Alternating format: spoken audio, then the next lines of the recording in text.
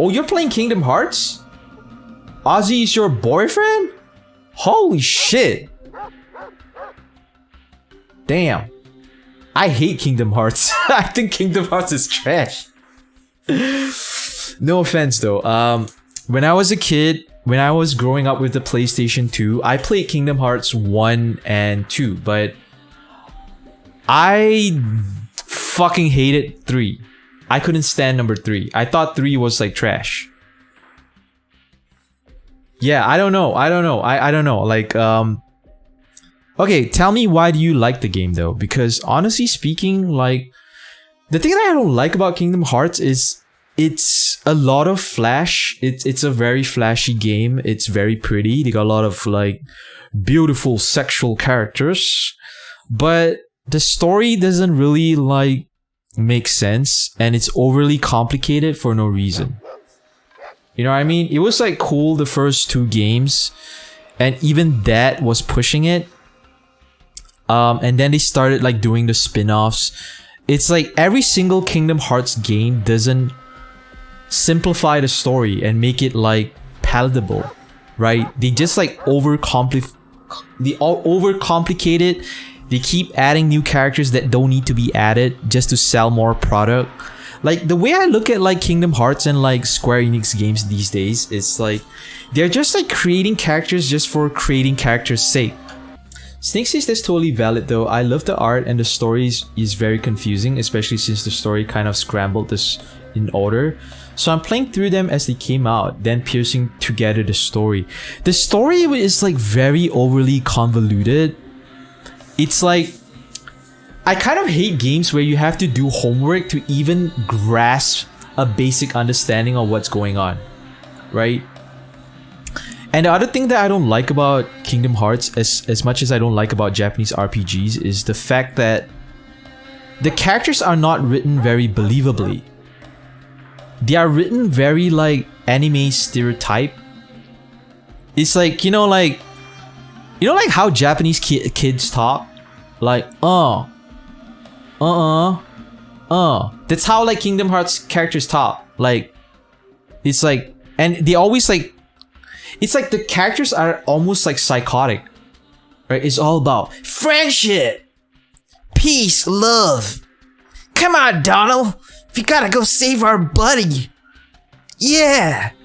Huh? Wait a minute. And you know, a bunch of like unnecessary enemy voices.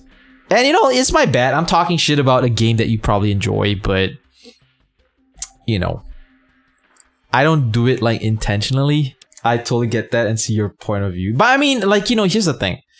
I mean, you probably enjoy it because you might be into the anime vibe. Oats be nice now. Oh, I'm trying to be nice. Yo, my bad. I'm not trying to talk shit, but it's more like I felt so cheated out of the experience because I did spend money to get the Kingdom Hearts 3. Snake says don't worry about it. I totally enjoy hearing Oats' opinion and it opens my eyes.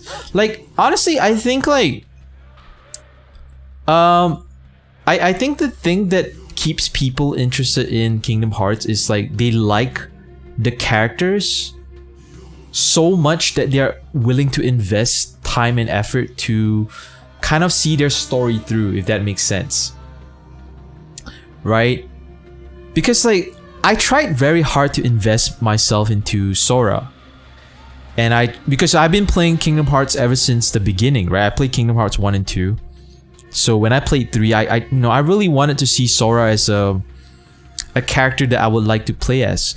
But the thing with like Kingdom Hearts is they don't allow you to stick with characters for very long.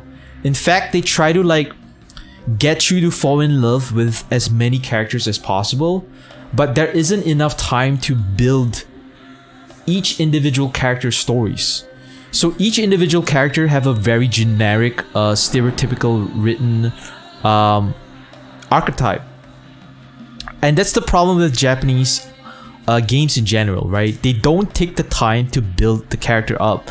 They just give each different character a different archetype.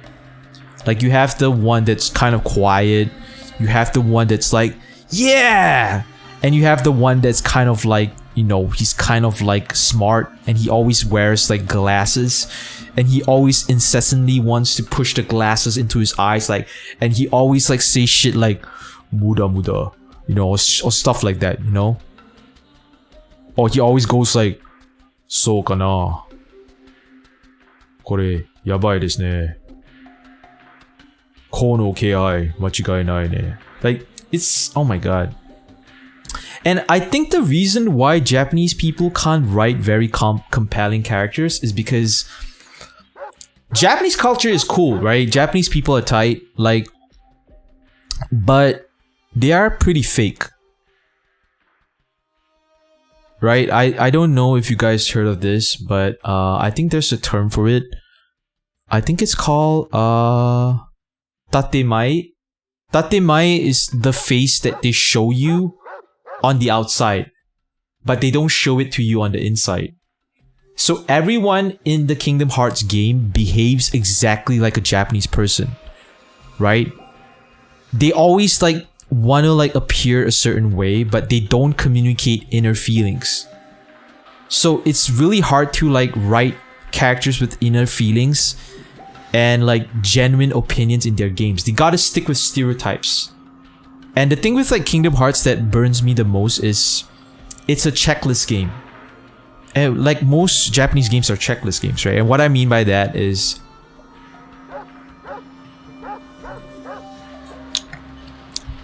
see, when you make a game that has a lot of characters, right?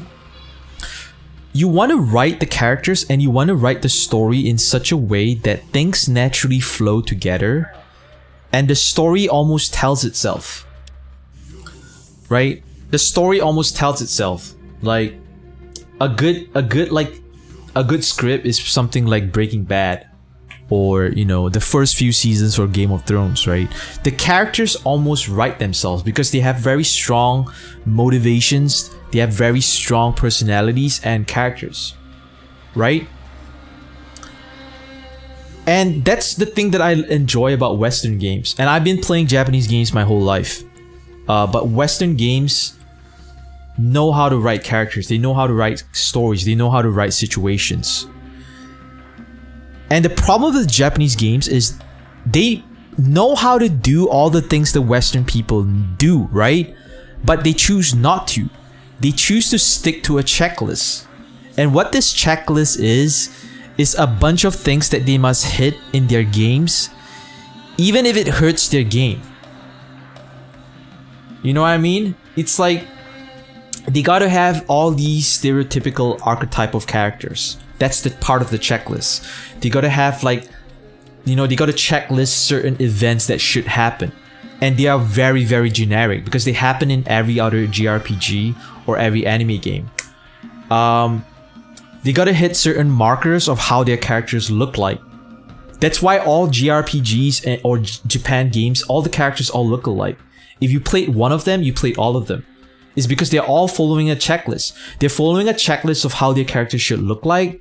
They're following a checklist of how the characters are written, what their dialogues are gonna be, all the typical like anime stuff that they have to add into their games.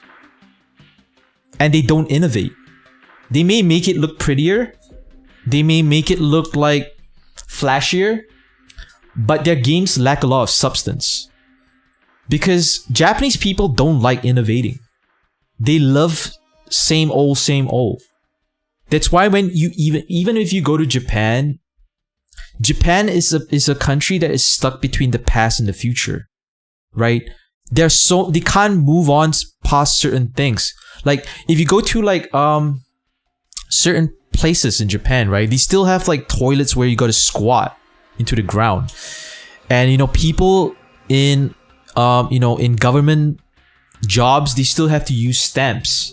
Stamps is so outdated. You don't need to use that, but you have to, because they can't move on from there, right? The business structure of Japanese companies are hierarchy based on seniority.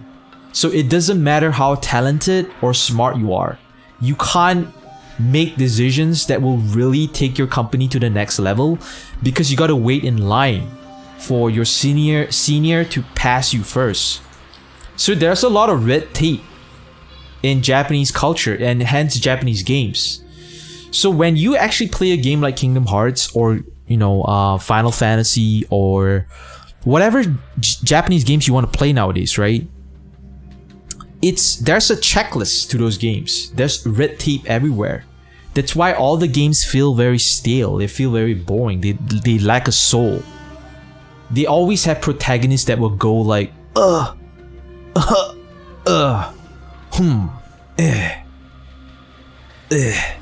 those anime sounds that they fucking make. Like, they can't move past that, right? What I want to really see is like, I want to see like Final Fantasy done the same way as Witcher. I want it to be flexible. I don't want every single NPC in my Japanese games to look like supermodels. And that is so jarring. Japanese people have this obsession of making everything perfect, everything pretty. And after a while, it just feels very clinical. It feels very sterile.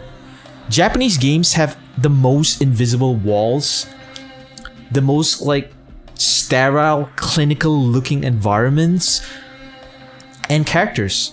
Even if you play a post-apocalyptic game made by Japanese people, it's so fucking hard to find a single piece of trash lying around.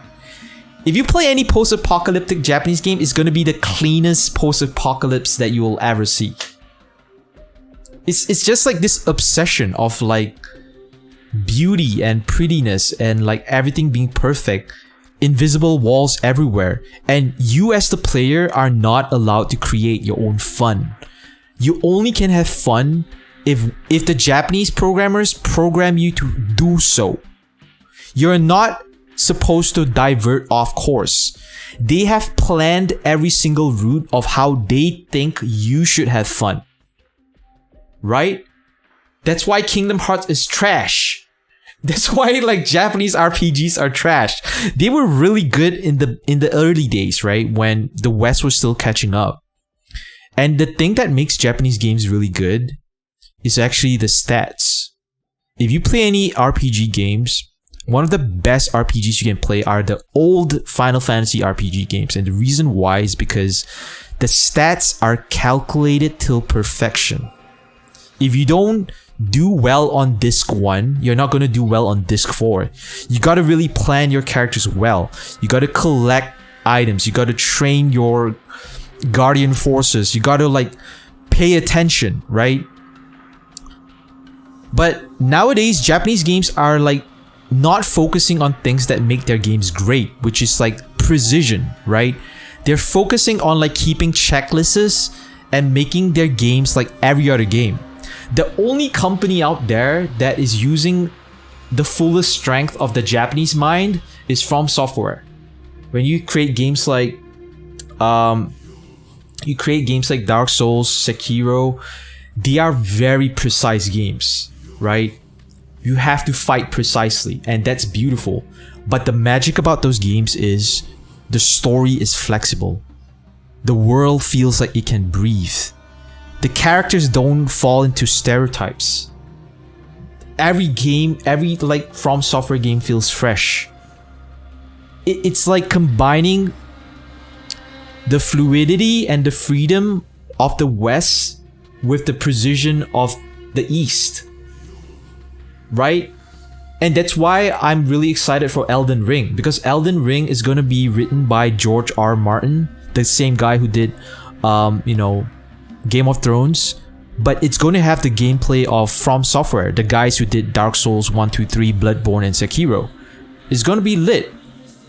And that's why I can't play Japanese games anymore, because pure Japanese games are so stuck in the past and they're boring. They're not exciting. They're repetitive. They're, checklists everywhere. Sorry guys, that was my ramble. It gives the illusion of choice. Yeah. That's the thing about Japanese games, right? Sometimes they try to give you the illusion of choice, but by the midpoint of the game, you can tell that whatever you choose or whatever you say, the game is just going to play out the way it is going to play out.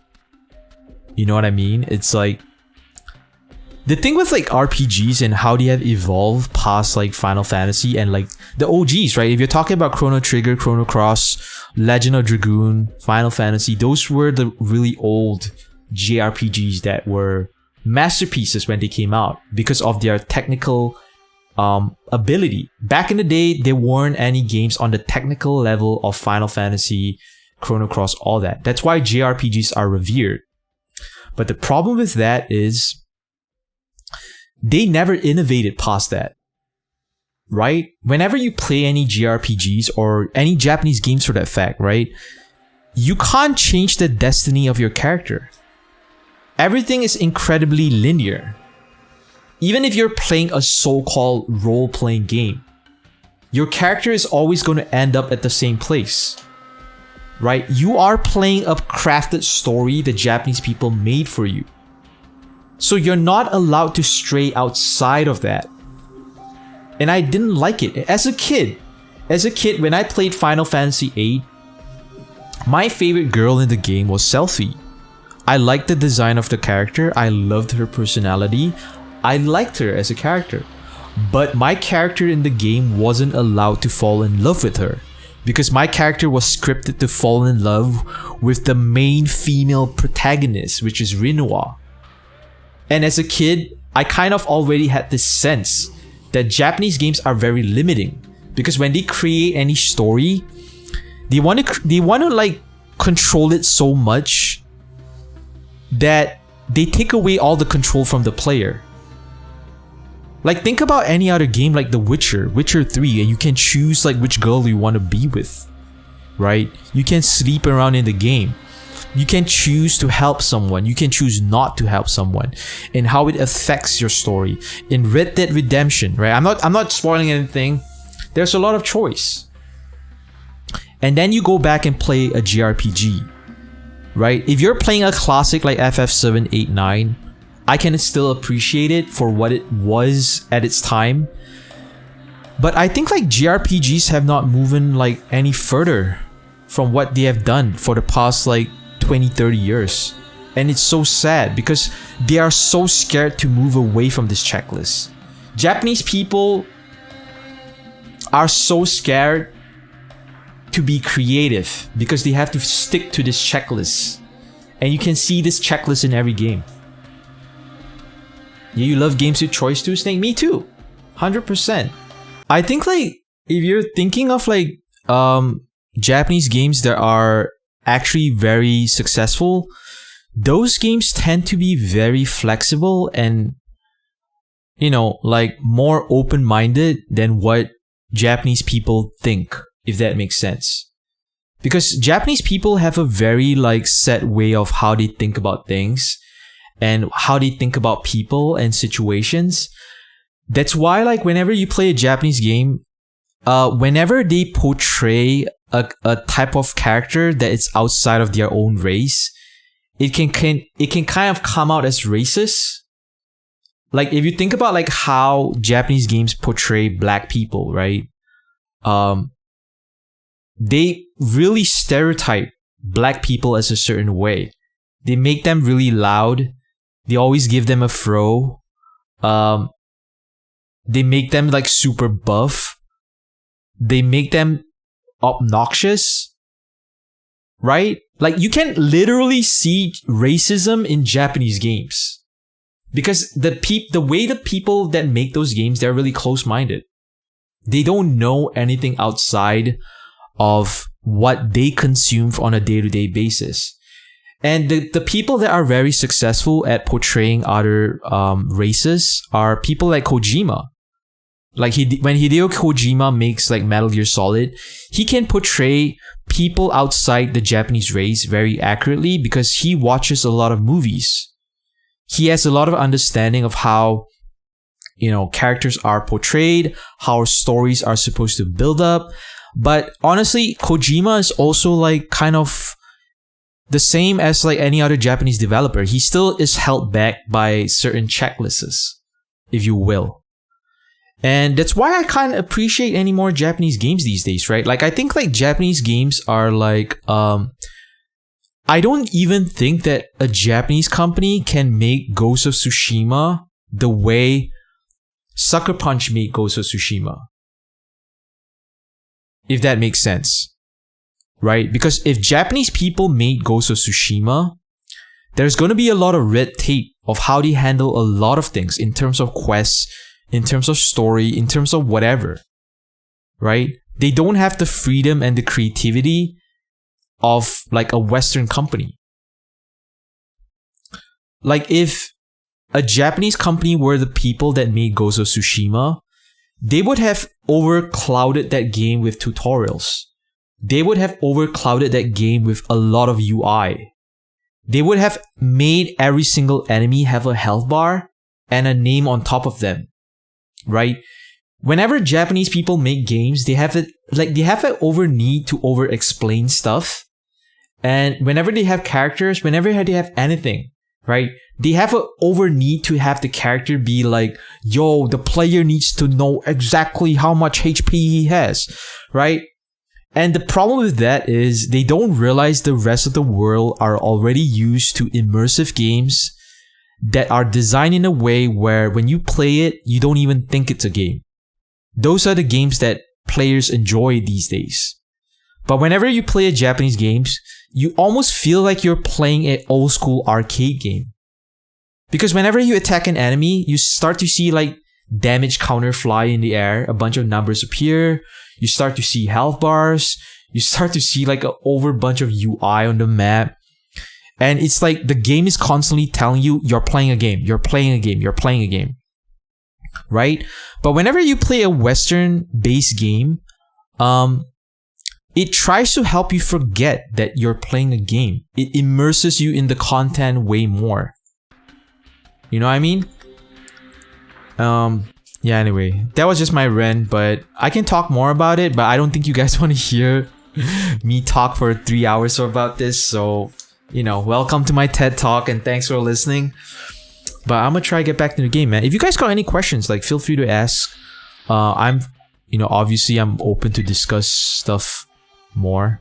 Snake, of course, I know I can. I don't know too much on the gaming side, so it was interesting to learn that they have checklists to follow when making games. It also sucked to learn that they only go by seniority. I bet they could have done so much more if they weren't holding back by that fear. Yeah, a lot of about Japanese culture is about rules, right? They can't seem to live without it. So that's why, like, the good thing about Japanese people is rules, and the worst thing about Japanese people are rules. So Japanese people are, they're very hardworking. They are team players. They will try their best not to be someone that would burden everyone. So they live by that rule very good. But the rule that makes them a good team player makes them not so creative people.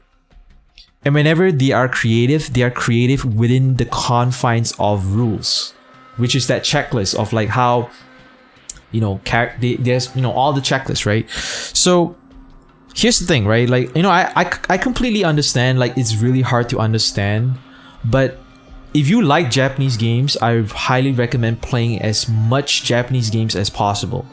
And maybe you can kind of see my point of where I'm coming from.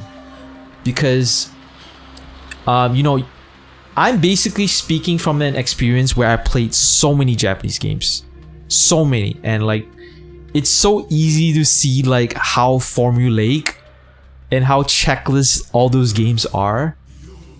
But yeah, man, if you guys you guys should play a lot of games. You should play as many Japanese games and Western games as you like. But personally, I don't have a lot of hope for Japanese games, to be honest. So if you enjoy my content, make sure you comment, like, subscribe, all that jazz. Check out my Twitch on OatsCurryTV, and I'll catch you guys in the next video.